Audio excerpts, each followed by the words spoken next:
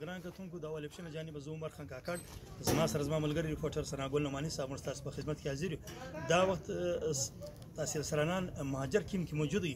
د ما سره ظاهر پښتون موجود دي. دلته د آی آر سی جانب او د بي بي چای جانب چې دي هغه خوراکي مواد او نور د بسترې او غیره شان تقسیمیږي. نو راسي ظاهر پښتون سره مجلس وکړو. په دې حواله باندې تاسو څه نظر لرئ او څه مجلس کوئ؟ اول خو ستا عمر خان کاکړ صاحب ستا او د نعماني صاحب مننه کوو چې تاسو رالاست او زموږ د افغان کډوالو غږ ته انعکاس ورکوي. اول دویم موږ د پی پی چای د خوا او د آی آر سی د خوا چې کوم زموږ د افغان کډوالو سره دغه د 1500 کورنۍ دپاره د خوراکي توکو مرسته وسوله، موږ یې مننه کوو. خو یوه غوښتنه مو دا ده چې دا زموږ سره شاوخوا ولاړ دا ټول موږ د دغه کیمپ مشران هم دا دي، زموږ کمیونټي هم دا ده، د ټولو غوښتنه او هیله هم دا ده چې دا مرسته زموږ د افغان کډوالو کفایت نه کوي.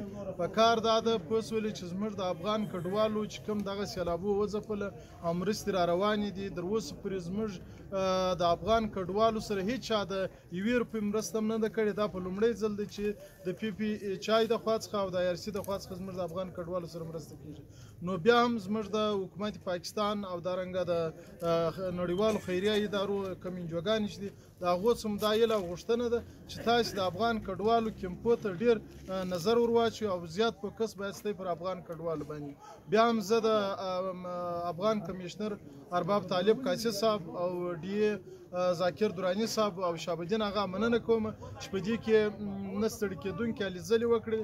او زه بیا هم د پی پی چای د مشر او ټول ټیم او دارنګه د آی آر سی د ټول ټیم مننه کوم چې بیا هم زموږ افغان کډوالو سره دغه مرسته وکړي. مننه. کور ودان.